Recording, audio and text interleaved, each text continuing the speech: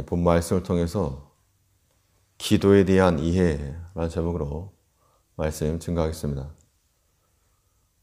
우리가 세상의 모든 것을 다 알 수는 없지만 특정한 부분에 지식이 있으면 거기에서 주어지는 유익함을 충분히 얻을 수가 있습니다. 경제적인 지식이 있는 사람은 그렇지 못한 사람에 비해서 많은 유용함을 누릴 수가 있고, 언어적인 지식이 있거나 혹은 기계를 다루는 지식이 있거나 그런 것을 아는 사람은 그렇지 못한 사람에 비해서 더 많은 것을 활용할 수 있고 유익을 얻을 수가 있습니다. 우리 믿는 성도들에게는 하나님을 아는 지식이 필요한데, 그 가운데 특별히 기도에 대해서도 우리가 단어적인 지식 이상으로 더 깊은 이해가 필요하다는 겁니다. 그렇게 되면 그 기도를 아는 사람과 알지 못하는 사람 사이에 차이가 발생을 해서 그 기도를 아는 사람은 그렇지 못한 사람에 비해서 기도의 유익, 그 열매를 얻을 수 있을 거라는 겁니다. 그렇다면 우리는 이 기도에 대해서 어떤 이해의 자세를 가져야 될 것인가? 기도를 뭐라고 알고 있어야지 우리에게 유익하겠는가? 이 본 말씀을 통해 살펴보면 먼저 기도는 하나님을 향한 비상벨과도 같은 겁니다.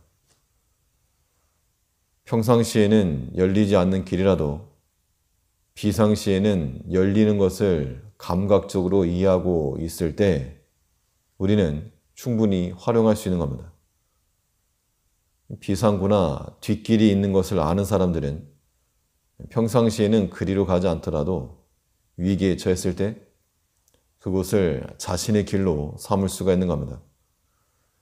기도라고 하는 것이 마치 그와 같아서 우리에게 열리지 않던 길을 열어줄 수 있는, 우리의 길을 삼을 수 있는 것이 바로 기도요, 또 하나님 파에 누릴 수 있는 우리의 비상벨인 겁니다. 1절 말씀 보시면 여호와여 내 기도를 들으시고 나의 부르짖음을 주께 상달케 하소서. 특히 시편 102편은 그 표저에 있는 것처럼 공고한 자가 마음이 상하여 그 근심을 여호와 앞에 토하는 기도, 이렇게 되어 있습니다.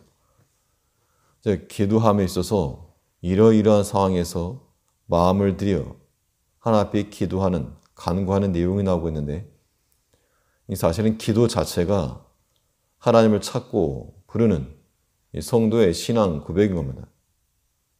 뭘 구했냐 보다도 하나님 앞에 엎드려 간구했다는 것 자체가 큰 신앙 고백인데, 우리는 모든 길이 다 막히고 방향을 잃었을 때 하나님 앞에 기도하는 백성들 되어야 됩니다. 공고한 일을 가지고 어려운 일을 당했을 때만이 아니라 어떤 상황에서라도 기도하는 백성이 되어야 되는데, 특히 위기의 때 하나님을 찾는 백성들, 곤고한 일을 당하여서 마음이 상할 때 하나님을 찾는 백성에게는 길이 열리는 겁니다. 2절에서 나의 괴로운 날에 주의 얼굴을 내게 숨기지 마소서. 주의 귀를 기울이사 내가 부르짖는 날에 속히 응답하소서. 이 괴로움을 당할 때 하나님의 얼굴을 찾아야 될 것을 보여주고 있습니다. 다른 도움을 구하기 전에, 다른 길을 알아보기 이전에 하나님을 찾고 구하는 것, 이것이 하나님을 향하여서 부르짖는 성도의 간구입니다.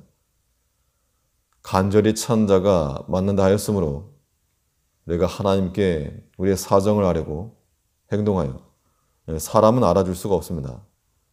사람에게 말해봐야 우리의 사정이 사람들의 입에 돌기만 하지 아무런 도움을 받을 수가 없으므로 우리 오직 하나님께 사정을 아뢰고 또 하나님께서 행동하여 주시기를 간구할 때 자비로우신 하나님이 결코 우리의 기도를 외면하지 않으시고 우리 기도에 귀를 기울여 주실 거라는 겁니다.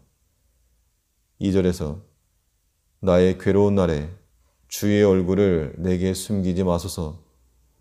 주의 귀를 기울이사 내가 부르짖는 날에 속히 내게 응답하소서. 우리 간구하는 소리를 주께서 귀를 기울이신다 하였으므로 우리가 정확하고 명확한 언어로 우리 사정을 주께 아뢰는 것, 이것이 이 기도의 지식을 갖는 백성의 모습입니다. 이 기도할 때 중요한 것은 하나님께서 우리를 도우실 만한 능력이 있음을 믿고 구하는 것이 필요합니다. 이런 자가 길을 얻는 겁니다. 비록 내 속이 타들어가는 그러한 일을 당해서 내가 행할 수 있는 일이 아무것도 없을지라도, 사람이 개입을 해도 어찌 할 수 없는 그런 상황에서라도 하나님께서 고칠 수 있음을 우리가 믿고 기도하는 겁니다.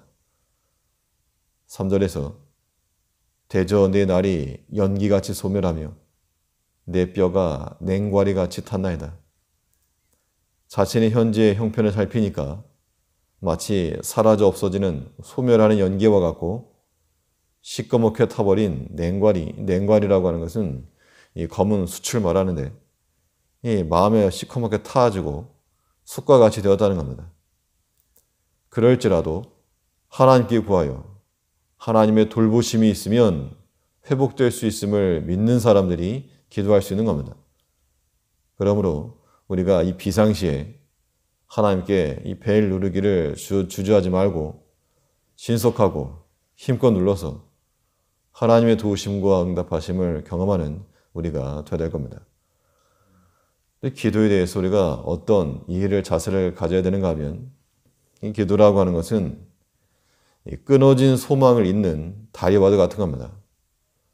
그러므로 소망이 사라진 곳에 우리 기도의 다리로 건널 수가 있어야 되겠는데, 여기를 봐도 저기를 봐도 괴로운 일들이 많을 때 그곳에 곤두박질 칠 이유가 없는 겁니다.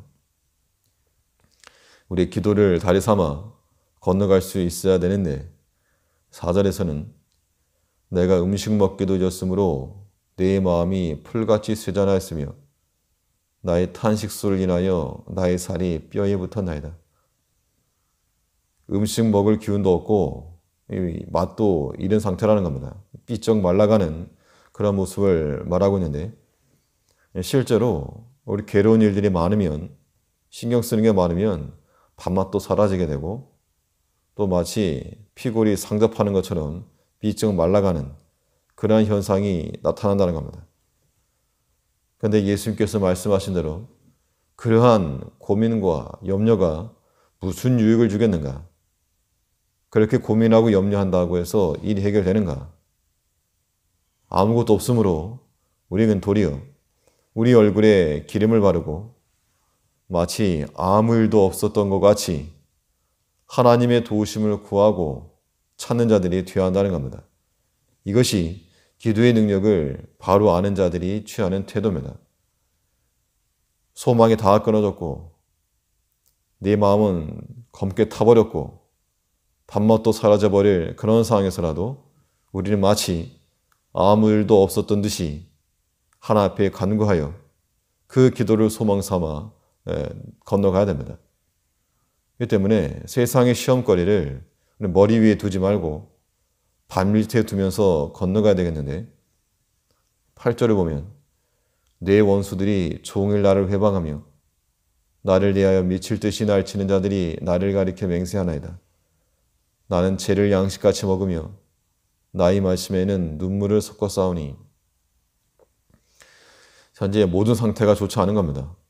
개인도 좋지 않고 또 거기에다가 원수들도 뛰고 일어나서 속이 상해서 눈물이 나고 마치 죄를 먹는 것 같이, 이러한 상황들을 우리 머리 위에 두고 계속 영향받을 게 아니라 우리는 발 밑에 두고 밟고 지나가야 됩니다.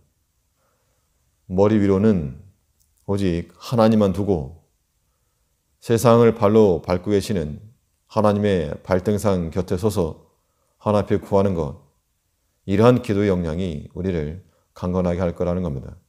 하나님께서 우리에게 주신 기도의 선물을 힘써 사용하여서 우리의 모든 비상시에 하나님으로 길을 삼고 모든 소망이 다 끊어진 자리에 하나님으로 소망을 삼아 건너갈 수 있는 그런 기도, 실제적인 기도가 있는 우리가 되어야 될 줄 압니다. 기도하겠습니다.